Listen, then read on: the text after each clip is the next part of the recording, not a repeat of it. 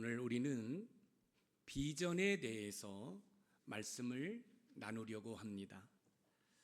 비전을 이야기할 때는 자기 중심적인 욕망과 하나님 중심적인 비전을 혼돈해서는 안 됩니다. 세상적인 비전은 주로 개인의 성공과 부, 명예 그리고 행복을 추구합니다.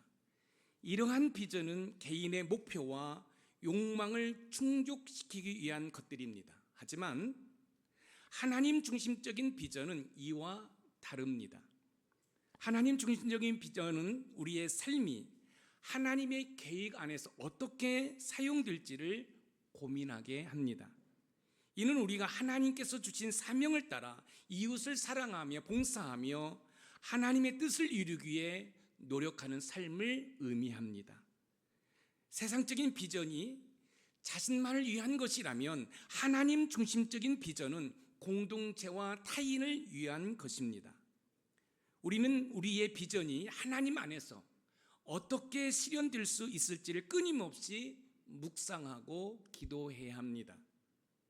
나를 이 땅에 보내주신 하나님의 목적을 이루어가는 것이 우리의 비전이 되어야 됩니다. 오늘 우리는 하나님의 목적을 이루는 비전에 대해서 살펴보려고 하는 것입니다. 하나님께서는 우리 각자에게 특별한 비전을 주셨고 그 비전을 통해 하나님의 나라를 확장해 가시기를 원하십니다. 하나님께서 주신 비전을 끝까지 붙잡고 실현한 성경 속 인물인 느헤미야의 이야기를 통해서 하나님의 비전이 어떻게 실현될 수 있는지를 살펴보고자 합니다. 느헤미야는 바벨론 포로 시기 이후에 페르시아의 왕국에 아닥사스다 왕의 술 맡은 관원으로 일하게 됩니다. 포로의 신분입니다. 포로의 신분으로 왕의 술 맡은 관원. 이것은 대단한 일이지요. 지금으로 말하면 대통령 비서실장 정도 되는 위치에 있는 사람입니다. 그는 조국 예루살렘의 상황에 대해 듣고 큰 슬픔에 빠졌습니다. 예루살렘 성벽은 무너져 있었고 그곳에 남아있는 사람들은 큰 고통과 수치 속에 살고 있다는 소식을 듣게 됩니다. 한번 생각해 보십시오. 예루살렘 성벽이 다 무너져서 적들이 수시로 와서 약탈해 갑니다. 그래서 그 고국 예루살렘 이스라엘 백성들의 삶이 비참하다는 소식을 듣게 됩니다. 먼 이국 땅에서 들려오는 그 소식을 이 느헤미야는 여러분 외면할 수 있습니다. 모른 채 할 수도 있습니다. 그러나 이 느헤미야는 고국 예루살렘의 소식을 듣고 하나님께 몇 날 며칠을 눈물로 기도하며 금식하였습니다. 그는 하나님께서 자신에게 주신 비전을 분명히 깨닫고 예루살렘 성벽을 재건하는 일을 자신의 사명으로 받아들이기 시작합니다. 그리고 많은 어려움과 방해 속에서도 예루살렘 성벽을 52일 만에 재건하게 됩니다. 이 성벽의 높이가 문헌에 보면은 10에서 12m라고 그래요. 그리고 이 성 둘레는 약 4km가 넘습니다. 지금처럼 중장비가 있는 게 아닙니다. 사람의 손으로 재건을 해야 됩니다. 그런데 하나님께서 이 느헤미야에게 탁월한 리더십을 허락해 주셔서 그 무너진 성벽을 52일 만에 재건을 하게 됩니다. 느헤미야의 이야기를 통해 우리는 하나님의 비전이 어떻게 이루어지는지를 알게 되었습니다. 하나님의 비전은 하나님의 사람을 통하여 이루어진다는 사실입니다. 느헤미야의 비전은 곧 하나님의 비전이었습니다. 우리도 마찬가지입니다. 하나님께서 저와 여러분들을 이 땅에 보내주신 목적이 있습니다. 그 목적을 이루는 것이 하나님의 비전일 뿐만 아니라 저와 여러분의 비전이기도 합니다. 하나님께서는 오늘 본문을 통해 비전의 사람은 어떻게 생각하고 어떻게 행동해야 하는지를 가르쳐주고 있습니다. 우리는 삶 가운데 실패와 좌절을 경험할 때 원망과 불평으로 우리의 시간과 에너지를 낭비할 때가 있습니다. 그러나 신앙 안에서 우리는 항상 하나님께서 주시는 비전을 붙들고 살아갈 수 있습니다. 그런 본문을 통해서 하나님의 비전이 나를 통해서 이루어지기에 비전의 사람은 어떤 생각과 어떤 행동을 해야 되는지 살펴보면서 하나님의 은혜를 나누어 보도록 하겠습니다. 첫 번째 비전의 사람은 부정적인 생각에서 긍정적인 생각을 하는 것입니다. 우리는 종종 트라우마라는 단어를 쓰곤 합니다. 트라우마라는 정신에 지속적인 영향을 주는 격렬한 감정적 충격을 말합니다. 실패, 아픔, 고통으로 받은 정신적인 충격이 그와 비슷한 상황을 만날 때면 정서적으로 불안한 상태를 우리는 트라우마라고 이야기합니다. 특히 실패를 통한 정신적인 충격을 받았을 때도 또 실패를 할지 모른다는 불안한 생각으로 할 수 있음에도 불구하고 시도조차 못하게 되는 경우가 있습니다. 그러므로 비전의 사람은 과거 실패의 부정적인 생각에서 긍정적인 생각을 해야 합니다. 오늘 본문 히브리서 11장 1절에서 2절 말씀을 읽어보겠습니다. 시작. 믿음은 바라는 것들의 실상이요 보이지 않는 것들의 증거니 선진들이 이로써 증거를 얻었느니라. 믿음은 바라는 것들의 실상이요 보이지 않는 것들의 증거니, 하나님께서는 히브리서 기자를 통해서 믿음이 무엇인지를 구체적으로 설명해 주고 있습니다. 믿음은 바라는 것들의 실상이에요. 믿음은 보이지 않는 것들의 증거라고 교훈하십니다.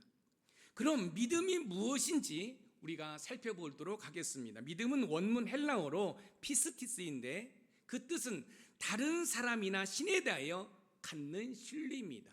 그러니까 믿음 안에서 믿음이란 하나님을 신뢰하는 것이 믿음이라는 사실입니다. 믿음은 바라는 것들의 실상이요 보이지 않는 것들의 증거라는 것입니다. 그런데 여기에서 실상이라는 단어가 어떤 뜻을 가지고 있는지 아는 게 중요합니다. 이 실상은 헬라어로 휘포스타시스인데 그 뜻이 밑에 두다, 기초를 두다라는 거예요. 그러니까 믿음이라는 것은 어떤 기초를 두는 거예요. 어떤 기초를 두는 겁니까? 여러분, 바라는 것들, 소망의 기초를 두는 거예요. 또 믿음이라는 것은 어떤 것에 기초를 두냐면 보이지 않는 것, 실체에 기초를 두는 거예요. 그러니까 믿음이라는 것은 소망에, 실체에 기초를 두는 것이라는 거예요. 무슨 말씀이에요? 제가 여러분들이 너무너무 자주 드린 말씀이에요. 여러분, 우리는 소망을 가지고 있죠. 어떤 소망을 가지고 있습니까? 내가 힘들고 어려운 상황 가운데 있다 할지라도 하나님께서 합력하여 선을 이루시는 그 하나님을 바라보고 그 아프고 고통스러운 현상에 사로잡히지 말고 뭘 보라? 실체를 바라보라는 거예요. 그러니까 믿음이라는 것은 어떤 것에 기초를 두고 있어요. 그 어떤 것이 뭐예요? 소망에 기초를 두고 있다는 거예요. 어떤 것에 기초를 두고 있어요? 실체에 기초를 두고 있다는 거예요.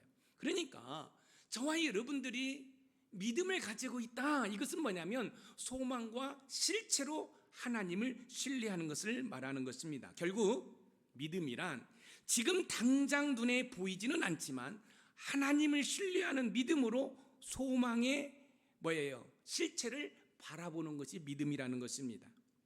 믿음은 소망하고 있는 것이 앞으로 이루어질 것이라는 실체를 바라보는 것이 믿음입니다. 그러므로 비전의 사람은 과거의 실패의 생각을 지워버리고 떨쳐버리고 긍정적인 생각을 하는 것이 비전의 사람의 모습이라는 것입니다. 우리는 어떻게 과거의 실패의 부정적인 생각에서 벗어나 긍정적인 생각을 가질 수 있을까요?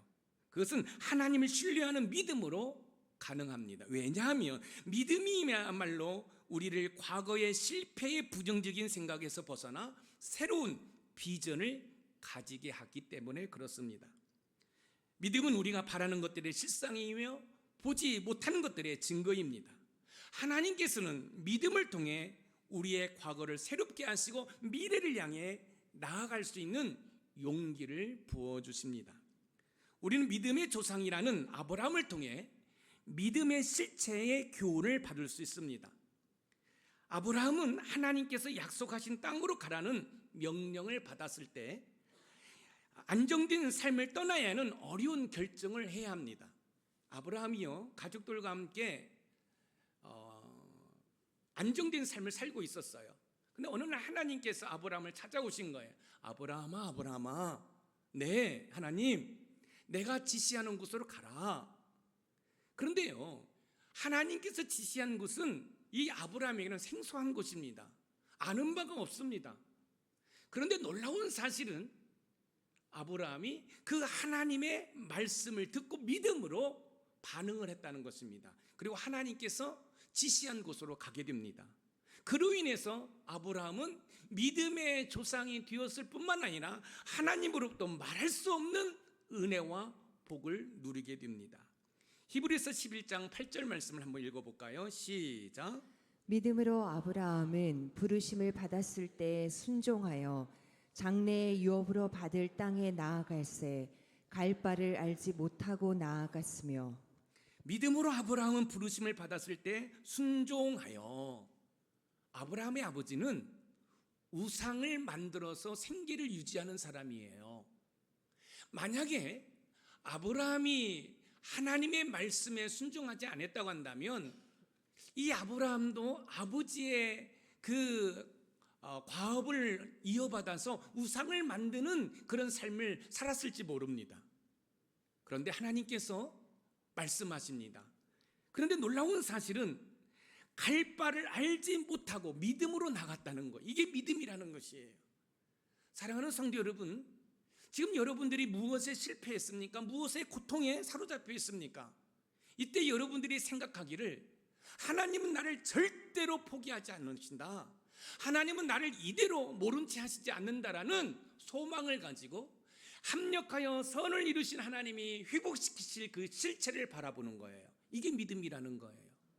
이때 하나님께서는 여러분의 그 믿음을 보시고 여러분의 삶을 회복시켜 주시는 줄 믿으시기 바랍니다. 그러므로 안 좋은 환경이나 과거 실패한 부정적인 생각에서 긍정적인 생각으로 바꾸는 것은 매우 중요합니다. 왜냐하면 안 좋은 환경이나 실패의 생각에서 긍정적인 생각으로 바뀌는 순간 비전의 사람으로 하나님의 말할 수 없는 은혜와 복을 누릴 수 있기 때문에 그렇습니다. 사랑하는 노본산 샘물가족 여러분, 과거 실패의 부정적인 생각에서 벗어나기 위해 하나님을 신뢰하는 믿음으로 긍정적인 생각을 하시기 바랍니다. 이때 하나님께서는 저와 여러분의 과거의 실패를 회복시켜 주실 뿐만 아니라 미래 지향적인 삶을 살아가도록 우리를 이끌어 주시는 줄 믿으시기 바랍니다. 그런 은혜를 누리시기를 주님의 이름으로 축복합니다. 두 번째, 비전의 사람은 할 수 있다는 진취적인 생각을 하는 것입니다. 비전의 사람은 과거 부정적인 생각에서 긍정적인 생각을 한 후에는 할 수 있다는 진취적인 생각을 하는 것입니다. 오늘 본문 히브리서 11장 3절 말씀을 읽어봅니다. 시작.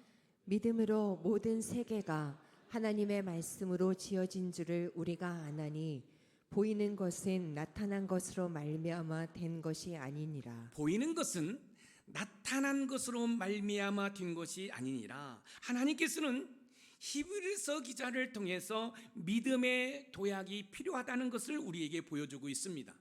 믿음의 도약이 필요하다는 것은 할 수 있다는 진취적인 생각을 하도록 우리를 이끌어 줍니다.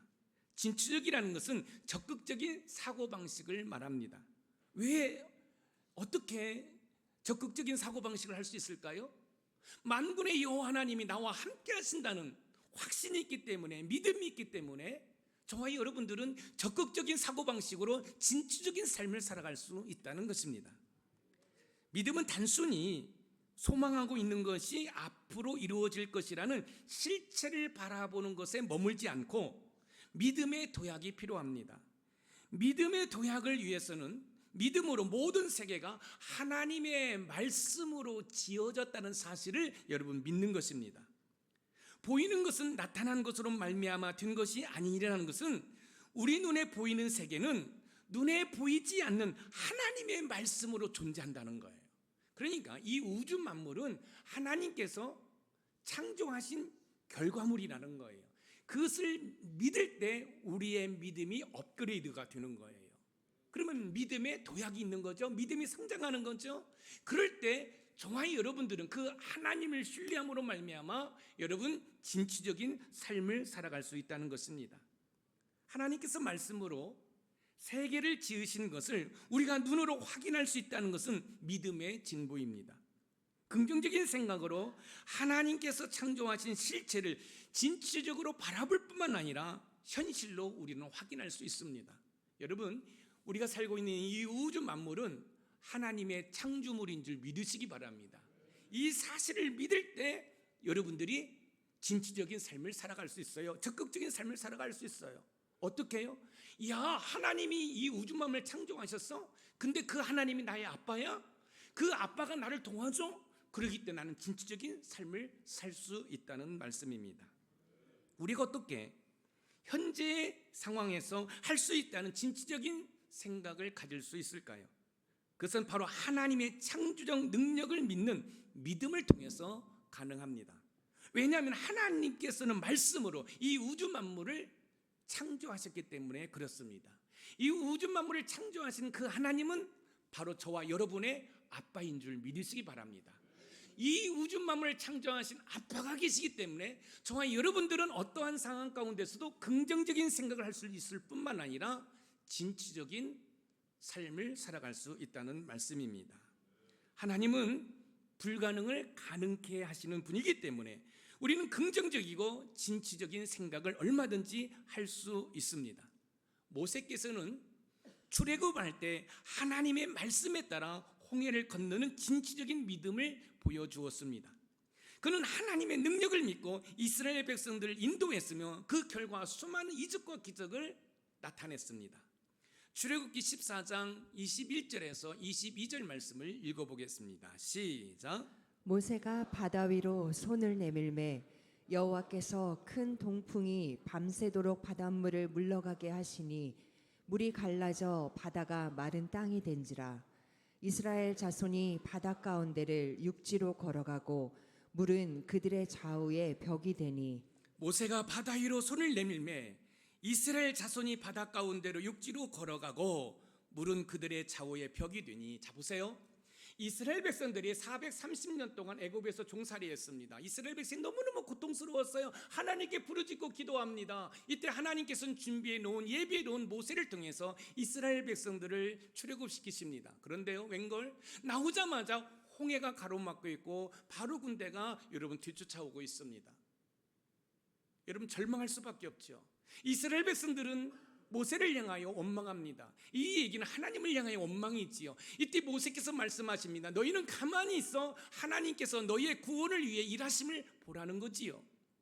그런데 놀라운 사실은 모세께서 기도하고 홍해바다를 향하여 손을 가르치니까 하나님이 일하시기 시작합니다. 여러분, 손을 가르쳤다는 것은 뭐예요? 믿음의 모습입니다. 진취적인 모습입니다. 긍정적인 생각입니다. 하나님이 갈라줄 걸 믿고 여러분 긍정적이고 진취적인 모습으로 가리켰어요. 근데 놀라운 사실은 홍해가 갈라지기 시작합니다. 여러분, 여기에서 중요한 사실을 발견하게 됩니다. 믿음의 사람이 믿음의 행동을 할 때 하나님은 일하신다는 거예요. 여러분들이 믿음 없이 힘들고 고달플 때 세상에 노래방 가서 여러분 세상 노래를 부르고 스트레스 해소하고 친구들을 불러서 여러분 술잔을 부딪히면서 술을 마시면서 위로를 할 때에는 하나님은 일하시지 않습니다. 그런데 긍정적인 생각을 가지고 진취적인 모습으로 여러분들이 믿음의 행동을 보일 때, 모세께서 손을 가리킬 때 하나님이 일하셨던 것처럼 여러분들이 믿음의 행동을 할 때 하나님이 일하시는 줄 믿으시기 바랍니다. 이게 진리예요. 모세께서 바다 위에 여러분 손을 내미니까 이 홍해가 갈라지고 이 벽이 생겼습니다. 근데 여기서 머물지 않았어요. 이스라엘 백성들이 모세를 필두해서 여러분 그 벽 사이를 지나갑니다. 한번 생각해 보세요. 홍해입니다. 갯벌입니다. 지나갈 수 없어요. 근데 하나님께서 바람으로 그 갯벌을 다 말려주셨어요. 지나갑니다. 여러분, 벽이에요. 물벽이에요. 언제라도 다시 이 홍해가 원상태로 회복될 수 있어요. 그럼에도 불구하고 긍정적인 생각으로 진취적인 모습으로 여러분 한 걸음 한 걸음 옮기기 시작합니다. 이스라엘 백성들이 홍해를 건넜습니다. 그렇습니다. 긍정적인 생각으로 여러분들이 진취적으로 하나님을 신뢰하고 나갈 때 하나님께서는 여러분의 인생의 장애물을 제거해 주시는 줄 믿으시기 바랍니다. 오늘 본문 히브리서 11장 4절 말씀을 읽어볼까요? 시작. 믿음으로 아벨은 가인보다 더 나은 제사를 하나님께 드림으로 의로운 자라 하시는 증거를 얻었으니 하나님이 그 예물에 대하여 증언하심이라. 그가 죽었으나 그 믿음으로써 지금도 말하느니라. 믿음으로 아벨은 가인보다 더 나은 제사를 하나님께 드림으로, 여러분, 형 가인과 동생 아벨은 똑같이 제사를 드렸어요. 그런데 놀라운 사실은 하나님께서 가인의 예배는 안 받아, 아벨은 아멘 받아들였어요. 잘 암기하세요. 형의 여러분 제사는 안 받으셨어요. 근데 여기서 우리는 중요한 사실을 발견하게 돼요. 아벨은 믿음으로 긍정적으로 진취적으로 적극적으로 예배를 드렸다는 거예요. 오늘 우리 높은산 샘물교회 성도들이 앉아서 예배를 드려요. 그런데 여러분 가운데 어떤 분의 예배는 받으실 수도 있고 어떤 분의 예배는 하나님이 외면할 수 있어요. 여러분, 예배에 집중하는 은혜가 있기를 소망합니다. 예배에 목숨을 거는 은혜가 있기를 소망합니다. 예배의 성공자가 삶의 성공자라는 사실을 여러분 기억하시기 바랍니다. 여러분, 예배는 내가 일주일 동안 살아갈 수 있는 영적 에너지를 공급받는 거예요. 그렇기 때문에 여러분이 정신 똑바로 차리고 예배에 집중하고 예배를 통해서 여러분 아멘 안 하고 그 말씀을 받아들일 때 여러분 이 예배를 통해서 말할 수 없는 하나님의 은혜와 복을 누리게 되는 줄 믿으시기 바랍니다. 사랑하는 높은산 샘물 가족 여러분, 우리도 현재의 상황에서 진취적인 생각을 가져야 합니다. 하나님의 능력을 믿고 현재의 어려움을 극복하기 위해 진취적인 자세로 비전의 사람으로 승리할 수 있기를 소망합니다. 지금 아파요? 지금 고통스러워요? 여러분, 그게 중요한 게 아니에요. 어떠한 상황 가운데 있다 할지라도 하나님을 신뢰하는 마음으로 긍정적이고 진취적인 삶을 살아갈 때 여러분을 가로막고 있는 홍해는 갈라질 줄 믿으시기 바랍니다.